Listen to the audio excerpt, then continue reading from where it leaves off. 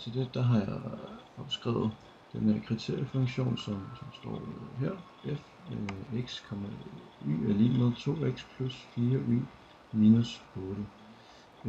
Og til det, der har jeg skrevet nogle begrænsninger. Vi kan se her, at vi har en begrænsning, der går her, som hedder A, og en begrænsning her, der hedder B. Og de kan ses herovre.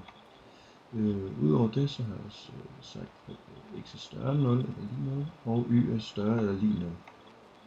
Det vil altså sige, at vi har et polygonområde, som ligger inden for de her firkanter, som er markeret med kode. Så det så vil vi jo gerne finde maksimum og et minimum. Og det kan gøres på forskellige måder, men jeg vil gerne gøre det ved, at vi har den ligning, der hedder at t y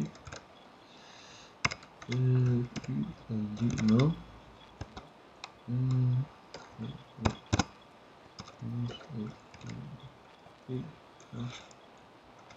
plus t minus c ja. Og det er så sådan noget. Det gør vi for at finde et niveau, som vi kan sætte, som der giver os en ligning, som vi så kan sætte ind. Når vi så har gjort det 2 gange, så kan vi så se, i hvilken retning det er, at ligningerne bevæger sig, og vi kan derfor finde et maksimum og et minimum.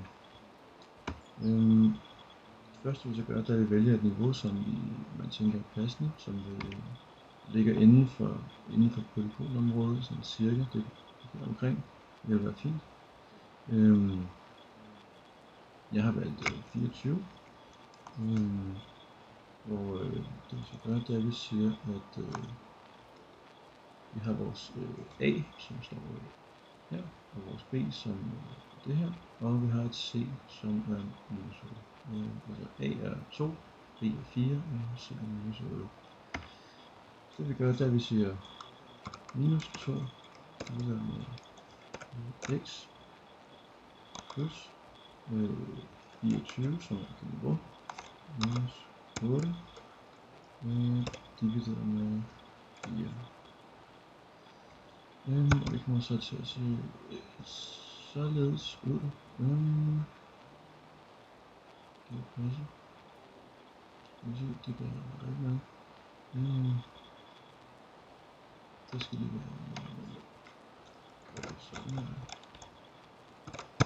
Sådan der, så passer det. Yes. Okay, vi har så en ligning her, som hedder niveau 24, og der skriver vi så y er lige med minus en halv x plus 4. Og den ser således ud. Det kan vi jo ikke se så meget på. Vi bliver nødt til også at have en ekstra. Så det vi gør, det er at vi laver et ekstra linje, som kunne være skal vi sige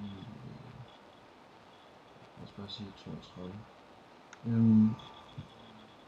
Vi kan altså den her linje, til det er niveau 24. Vi har så det næste, som er, det må så også være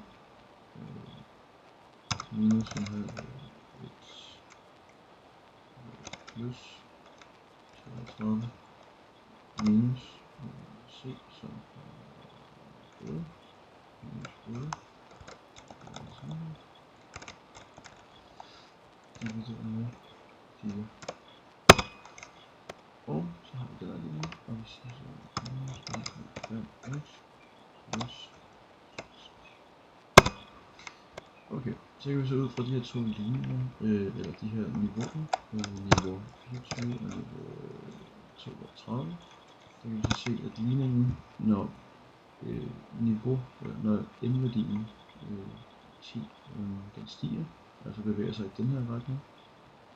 Okay, den bevæger sig okay. I hvert fald den, yes, i den retning, sådan der. Når niveauerne bevæger sig i den retning, så kan vi så se, at de stiger. Og jeg er faktisk så heldig at finde lige præcis der, hvor der er maksværdien. som så må være.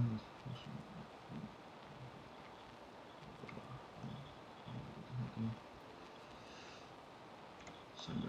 Okay, det er sådan på zoom ind, som ligger i punktet 6, gigahertz, så lige se. Ja, 6,3. Som er den maksimum. Eller som man så kan omskrive til, hvor man så selv vælge den her, og så får vi så en maksværdi. Altså 6,3, så sådan her, eller ind på x's og y's plads, og det ubehageligt, og så får man så maksværdien. Det samme gør man så bare hernede. Med minusværdien, vi kan se, at det var det sidste punkt inden for polygonområdet, som er 0,0. Igen, det sættes ind her. Udregner sig, det må så blive minus 8, og hvis vi lige hurtigt udregner maksimum, så må det være 2 gange, det er 6, det er 12 og 3 gange 4, det er også 12, så 24 minus 8, det er 16, så vi har altså et maksimum, der hedder 16, og et minimum, der hedder minus 8. Det er lidt det, man kan bruge niveauligningen til.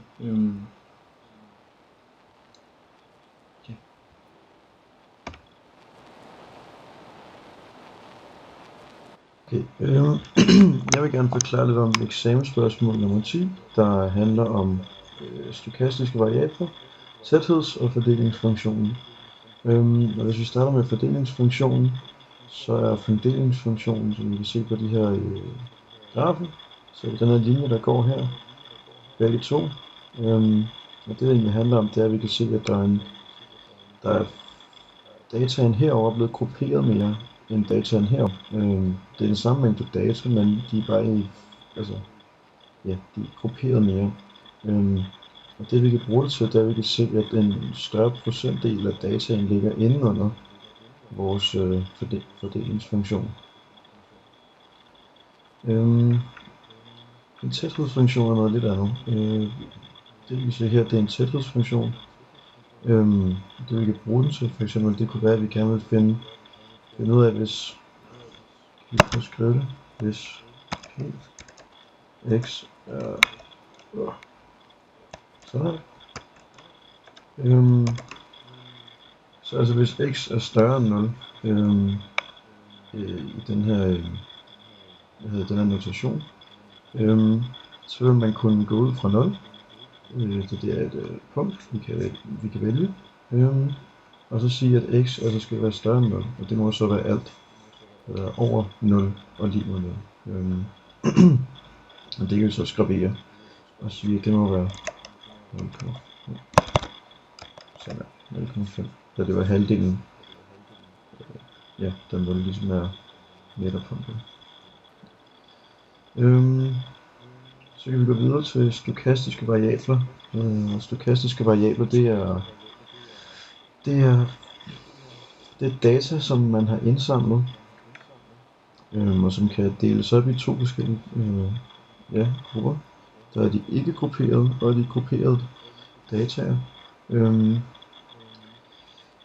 som også hedder diskrete og kontinuerte. Og forskellen er måden, som der man vælger at undersøge den på. Vi kan så fortsætte til et eksperiment, der omhandler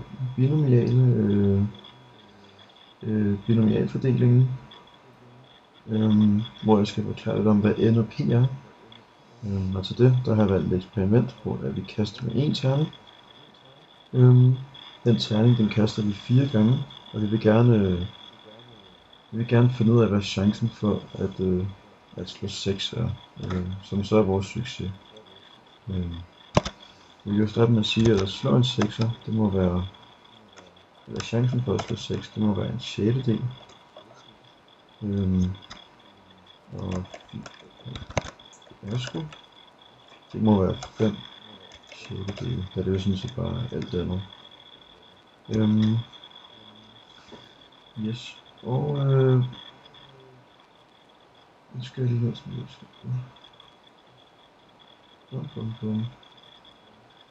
Ja, og det kan vi så skrive op i en notation.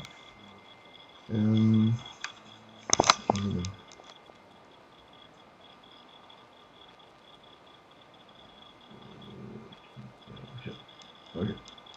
Ja. Okay, vi har så lavet det her eksperiment. Vi har kastet 4 gange, og vi har slået en 6'er. Nu kan vi så sætte det ind i en notation. Og den ser sådan her ud. X er lige med 1. Det er vores succes, som var en 6 og var 1. Vi slog altså 4 gange. Og det var jo så ikke 4. Og det var så en sjettedel. Vi gør sådan her. Bum. Og vi skal gøre 5 sjettedel. Så det var vores fiasko. Og det skal være i sådan der. Ja. Og den kommer så til at se sådan ud. Og det kan man jo sådan set bare regne ud for at finde ud af, hvad chancen for så at slå 1,6 ud af 4 slag er. Ja. Det vi har gjort her, det er, at vi har brugt binomialformen, som som hurtigt forklaret lyder p parentes x er lige med r, som er lige med k parentes n, r gange p opløftet i r gange 1 minus p opløftet i n minus r. Og det vi så kan gøre, det er, at vi prøver at bevise, at vores stykke, som vi har skrevet her, at det også passer ind i vores formel. Vi skal lige prøve at skrive det op her. P parentes x gange 1 minus r k. Det skal så være det skal forstås som, at det her det altså er at det står under k her gange p opløftet i r gange parentes minus p parentes opløftet i n minus r. Okay. For at kunne forstå det, så må vi også lige vide, hvad de forskellige bogstaver betyder. Og det vi kan gøre, det er, at vi kan det vi kan sige, at vores succes, som var 1, det må være vores r. Så det er det første, vi vil fylde.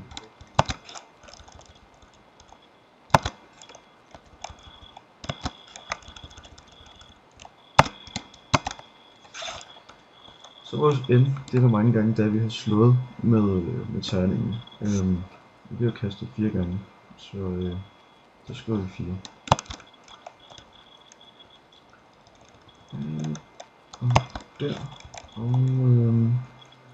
vores p, det var sandsynlighed for, at vi får succes.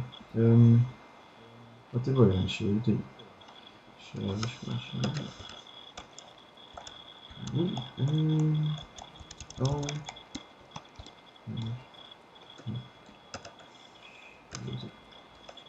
okay.